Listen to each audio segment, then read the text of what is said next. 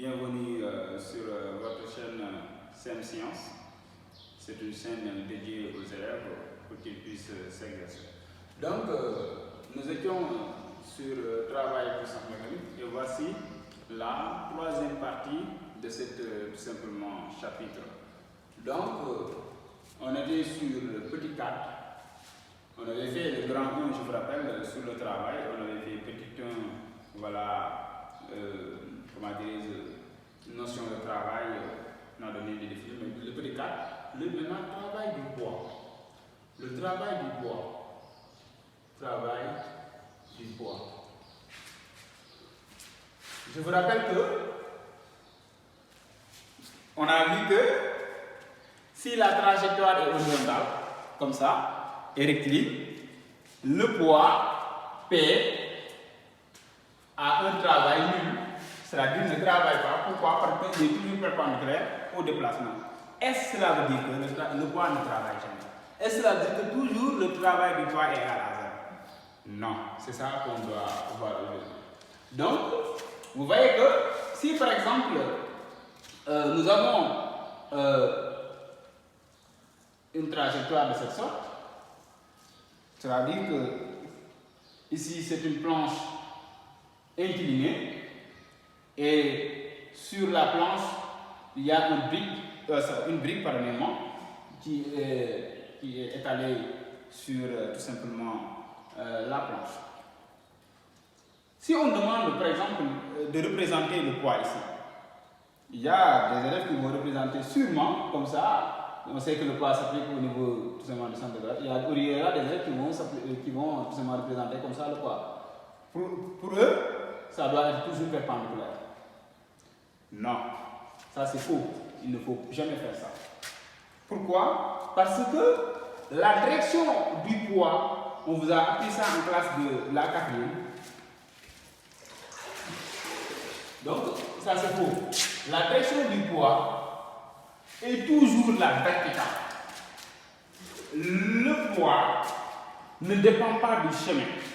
On parle lorsqu'une force ne dépend pas du chemin suivi, on dit que la force est conservative. Donc le poids est une force conservative car il ne dépend pas, ou son travail ne dépend pas du chemin suivi. Donc ici, représenté comme ça le poids, toujours la verticale, quel que soit alpha, c'est comme ça le poids, la représentation du poids. Maintenant, le constat ici, voilà, c'est pas un angle de 90 degrés. Donc le poids n'est pas perpendiculaire au déplacement du mobile. Et dans ce cas, si c'était au niveau tout simplement de cette horizontale, le poids sera perpendiculaire au déplacement, dans ce cas, son travail est nul. Mais si tout simplement le poids n'est pas tout simplement perpendiculaire au déplacement, quelle sera la valeur de son travail? Supposons de là jusque là, c'est AB. Maintenant, le mobile quitte A pour venir au niveau de B. Et cette distance-là, c'est la hauteur, tout simplement, on la nomme grand H.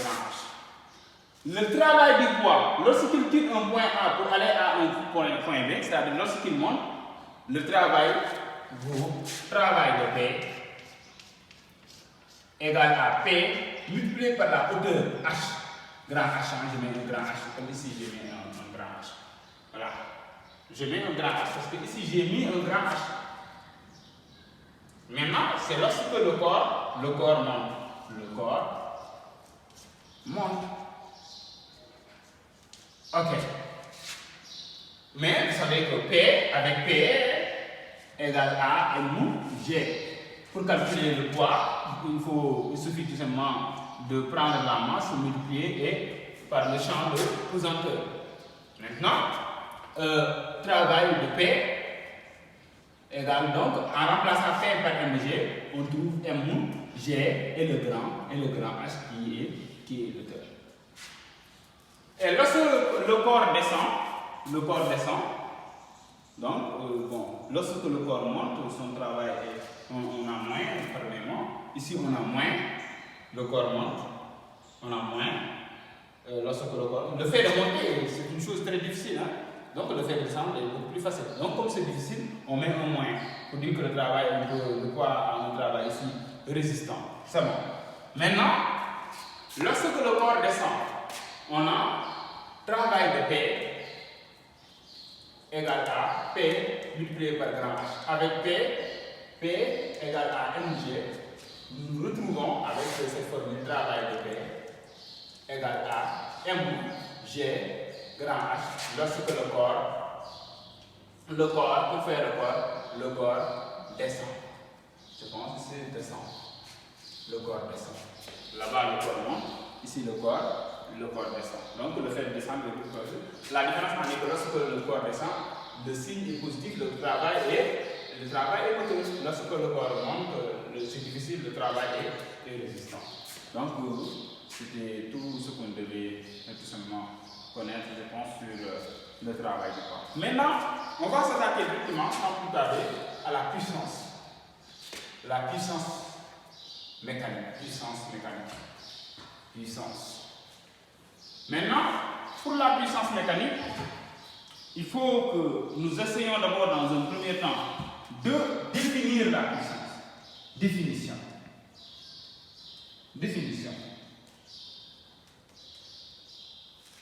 Petit synthèse avant la définition. Supposons, il y a deux athlètes. Cette athlète-là que je vais appeler A et cette athlète-là que je vais appeler B. L'athlète B. Ils quittent le même point. Mais cette athlète-là a fait cette distance-là, grand D, jusqu'à un point P. Et cette athlète-là court cette distance-là jusqu'à, par exemple, le petit P. Et avec la même vitesse. Vous voyez? Si, par exemple, les deux athlètes se déplacent, il y a travail. Il y a travail tout simplement de la force motrice et aussi d'autres forces comme par exemple les forces de freinage. Mais ce que je veux dire par là, combien de temps A va durer sur le travail? Supposons on dit c'est par exemple, je donne des estimations 30 minutes. Et combien de temps pour B? On donne 20 minutes. Maintenant, chaque personne travaille. Ce travail, c'est F multiplié par la distance là, grand D. Ce travail-là, c'est F multiplié par la distance petit d. Maintenant, le travail effectué par A, par unité de temps, c'est-à-dire le travail effectué durant ces 30 minutes-là, et le travail effectué aussi par B durant ces 30 minutes-là, est appelé tout simplement la puissance mécanique. La puissance mécanique n'est rien d'autre que le travail effectué en tout simplement unité de temps. C'est ça la puissance mécanique. Donc, c'est le travail effectué, c'est le travail effectué en une unité de temps. Point. C'est ça, le travail effectué en une unité de temps. Comment on calcule la puissance? La puissance, donc, égale travail de la force F sur le temps, tout simplement, que le travail s'est effectué. Maintenant, elle s'exprime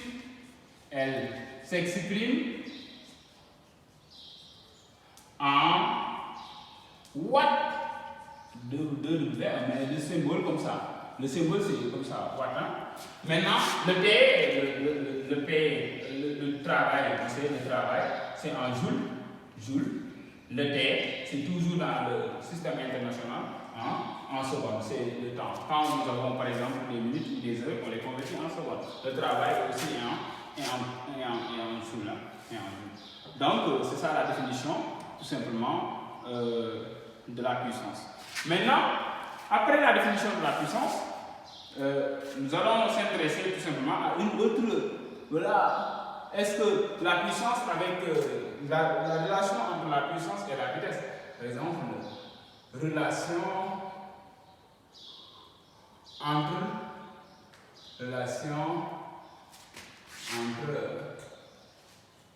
tout simplement puissance et vitesse. Voilà, on va faire une petite démonstration.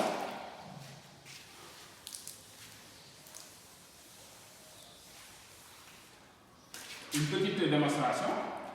On a travail puissance égale travail de F de la force sur le temps où le travail s'est effectué. Seulement. Maintenant, or, le travail de F égale à F multiplié par la distance parcourue. Maintenant, ça veut dire qu'à la place de travail de F, vous pouvez le remplacer par F multiplié par D. On a puissance égale à F multiplié par D divisé par le temps. C'est bon. Autrement, si nous essayons voilà, reformuler cela, nous pouvons mettre F multiplié par distance multiplié par T, c'est la même chose. Là, c'est la même chose. Maintenant, on a appris dans les classes précédentes, même en primaire, que lorsque vous prenez, quand on calcule vitesse, on prend la distance parcourue sur le temps et on a la vitesse. Donc, comme vitesse égale distance sur le temps, on peut remplacer la distance sur le temps par la vitesse. Donc, on a puissance égale à F multiplié par la vitesse. Donc, voici une formule qui lie la puissance et tout simplement la vitesse. Donc, dans un exercice, lorsqu'on parle de la vitesse, on vous demande la puissance, prenez la force multipliée par la vitesse. Mais sachez que la vitesse, c'est en mètres par seconde moins 1 par seconde. La puissance, toujours en watts. C'est bon. Et, comment dire, ça reste le F, c'est en newton. Ça, c'est pas le travail, c'est la force. Ok. Maintenant, il nous reste l'autre partie, c'est autre unité,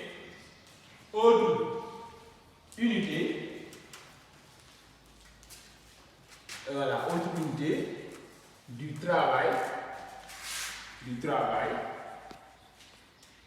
et de la puissance mécanique, de la puissance mécanique, mécanique.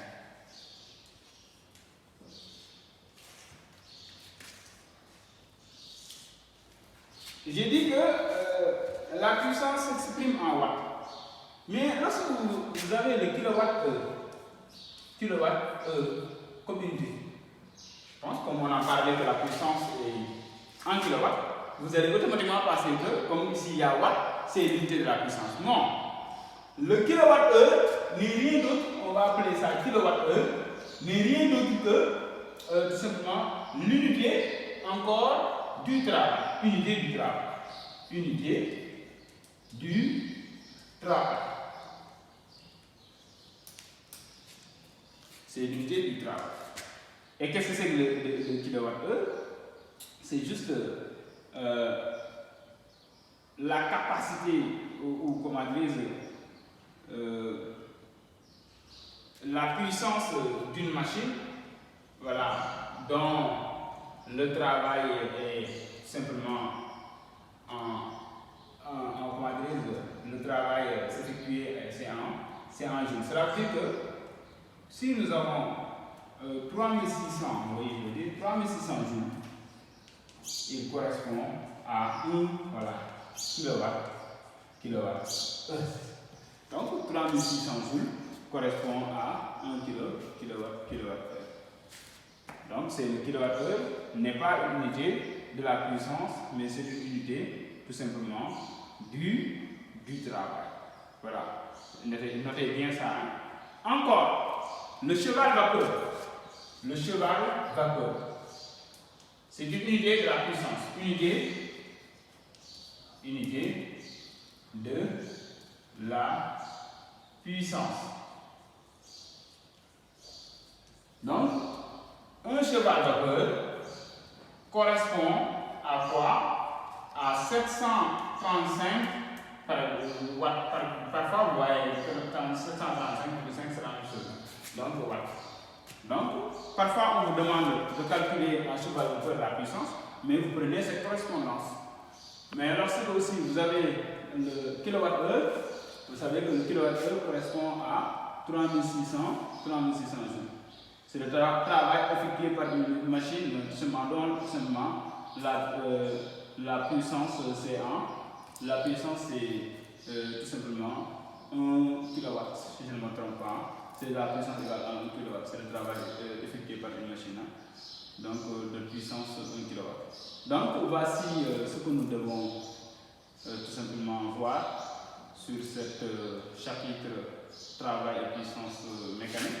N'hésitez pas à poser des questions, n'hésitez pas à demander plus d'éclaircissement sur, par exemple, et aussi à nous suggérer, voilà, suggérer aussi si vous avez vu quelques erreurs, il faut aussi les préciser aussi, voilà, nous aider, voilà, à mieux tout simplement donner le savoir, partager le savoir, parce que le savoir est universel et nous ne détenons même pas une portion de savoir.